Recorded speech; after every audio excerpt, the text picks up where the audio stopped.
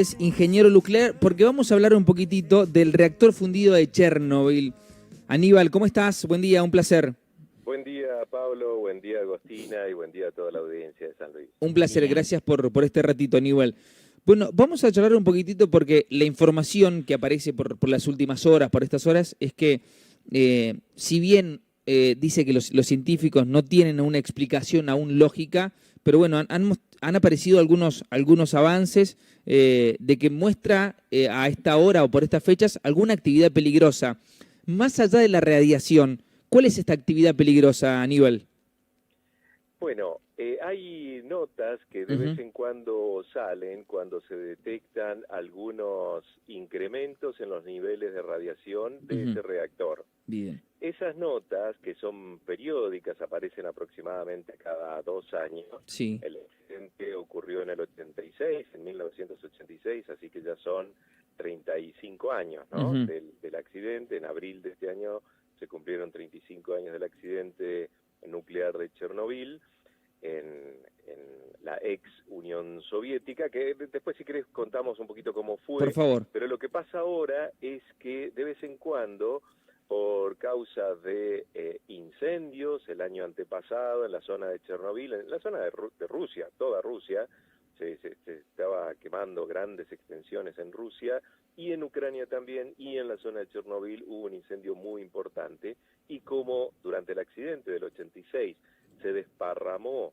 material radioactivo de adentro del reactor y quedó en las zonas cercanas, y todavía hay mucha cantidad, lo cual no quiere decir que sea peligroso, pero sí medible, porque los instrumentos de medición son tan sensibles que miden lo que, por ejemplo, nosotros, como fuentes radiactivas caminantes, podemos emitir. Entonces, que emitimos muy poco, pero igual se puede medir con mucha precisión. Entonces, mucho más eso que anda por la atmósfera cuando aparece un incendio, que eso eleva las columnas de aire caliente, llevan lo que estaba en el piso a grandes alturas, se desparrama por los vientos, y entonces se puede medir muy bien. Y ahí, cuando existen estos incendios, como en el año antepasado, cuando existen inundaciones, que es otro efecto, pero que también provoca el aumento de la radiación en el reactor, porque existe una reflexión mayor, esos pequeños aumentos de radiación en el ambiente son detectados. Cuando son detectados, aparecen alarmas para ver qué es lo que está sucediendo en el reactor o cerca de esa zona donde ocurrió el accidente. Se investiga y se determina si es peligroso o no. Lo que hasta ahora, te cuento el final del cuento, lo que hasta ahora se ha visto es que los aumentos de la radiación en todos los años que hubo alguna detección no son peligrosos. ¿Por qué? Porque los aumentos son significativos, pero de casi un nivel muy cercano al cero. Del cero vos multiplicás por 2, por 3, o como dicen en los diarios, por 16, y seguís estando cerca de cero. Aníbal, muy por debajo de los niveles peligrosos para la población. Aníbal, Ese es el final del cuento. Ahora, si querés, podemos ir al accidente y bueno, qué es lo que antes de esta partecita del cuento, viste, como en las películas, una secuela de esta partecita, hay un artículo de ADN 40, que es un portal de México, que habla mucho de este tipo de situaciones, y dice de que en los últimos 5 años se ha registrado un incremento, tal vez, a lo que vos haces referencia, ¿no? Debido a fenómenos externos en cuanto a que han provocado que aumente la radiación. ¿Esto estaba previsto, según los estudios que se habían hecho, ¿no? De que podía haber un incremento, o esto tiene que ver exclusivamente con los fenómenos naturales que se dieron? Vos hiciste referencia, inundaciones, incendios y demás. ¿Esto puede haber provocado o no, o influido directamente en este movimiento ahí en los escombros de Chernobyl? Sí, los efectos externos fueron los que provocaron estos incrementos. Ahora, cuando hablamos de incrementos, siempre tenemos que referirnos a un nivel de peligrosidad de esa radiación que sí, en grandes cantidades es peligrosa para la población. Sin duda, cuando nosotros nos exponemos a radiaciones muy altas, muy grandes, es peligroso para nuestra salud. Entonces, se mide y se compara con límites, como las dosis de los medicamentos. Todo medicamento en grandes dosis es es un veneno o es peligroso. Me van a matar los médicos que escuchen, pero no, pero no sí, digo que pero los es real. medicamentos sean veneno, pero sí en grandes dosis, en sobredosis, como le decimos, todo medicamento es perjudicial para la salud. Lo mismo ocurre con la radiación. Igual, al mismo tiempo las llamamos dosis. Le llamamos dosis a las cantidades de radiación que recibe el cuerpo humano o cualquier ser vivo, pero nos importan más los seres humanos, que recibimos la radiación. Hay un nivel permanente a nivel terrestre que recibimos radiación de todos lados, de la Tierra, de los alimentos que consumimos, del agua que nos rodea, del cielo, que vienen los rayos cósmicos. Hay un nivel constante en todo el mundo que por persona son 2,4, 2,5 unidades de radiación de dosis, que se llaman milisievert. Mili es la milésima parte de un sievert, que es una cantidad bastante grande de dosis de radiación. Eso es lo que recibimos todos nosotros, vos, yo, dependiendo del lugar, por año, por persona.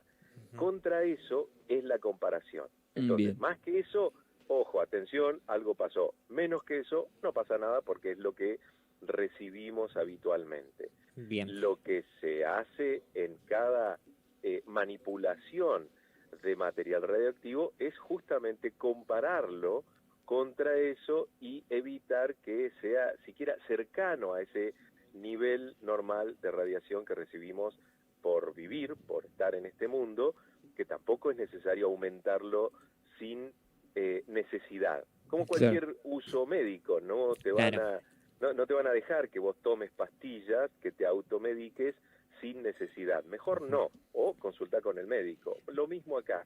Si no hay necesidad de que te sometas a un nivel de radiación por encima del natural, bueno, no lo haga. Esa es la respuesta de la radioprotección, que es una ciencia que estudia los efectos de la radiación y cómo protegernos de ella. Entonces, tenemos niveles. Los niveles de radiación del Chernobyl son muy leves y están muy por debajo de ese nivel natural de radiación. Bien. A eso quería llegar. Perfecto. Aníbal, para esos oyentes que hace 35 años no estuvieron o no están empapados con el tema, en el 2016 se instaló un sarcófago de hormigón que prácticamente debería durar próximos 100 años. ¿De qué se trata este tema? Más que de hormigón, es un galpón, es un tinglado, llamémosle así fácil, pero en realidad es un galpón muy sofisticado que costó varios miles de millones de euros, que lo puso la Comunidad Europea para evitar que siga saliendo material leve. Salía muy poquito de material radioactivo a la atmósfera, que no era peligroso, pero querían asegurarse de que no salga nada. Entonces le pusieron un tinglado por encima del reactor, que es un reactor grande, destruido, pero grande al fin. Entonces había que tapar un edificio con un tinglado. Imagínense que es una obra de ingeniería muy costosa y muy grande. Entonces se lo colocó sobre rieles, se lo construyó fuera del reactor y se lo corrió, voy a hablar rápido, esto tardaron muchos años en construirlo y se gastó mucha plata, para taparlo completamente y sellar de todas las maneras posibles al reactor, que en realidad eran cuatro reactores nucleares, uno pegado al lado del otro, formando un sistema de, si ponemos 4 dados juntos, bueno, nos podemos imaginar que uno de esos reventó en la unidad número 4 de Chernobyl. Los otros 3 siguieron funcionando mucho tiempo después, una vez que taparon el que se rompió, el que explotó, lo taparon y los otros 3 siguieron funcionando por un tiempo. Uno se cerró porque estaba demasiado cerca del que se rompió y los otros 2 recién se anularon, se cerraron después de 25 años de trabajo al lado del que había reventado. Había trabajadores laburando en los 2 reactores de al lado, o sea, pegados del reactor que reventó durante 25 años más. Y no sufrieron, porque no son nadie suicida, no sufrieron ningún tipo de efectos de la radiación por culpa del reactor que se había roto. O sea, las medidas de tapado, el sarcófago que decís, se hizo antes, o sea, se hizo durante los 80, los finales de los 80, se tapó con cemento y fue una obra de ingeniería bastante grande y se tapó ese reactor. ¿Se tapó todo? ¿Se tapó toda la radiación? No, siempre sale un poco de radiación, pero comparado con los límites naturales, está por debajo de esa radiación. O sea, Aníbal, lo que está pasando hoy o estos últimos movimientos de los que registran los últimos 5 años no deberían de preocuparnos, pero si esto sigue, ¿deberíamos empezar a preocuparnos tal vez un poco más?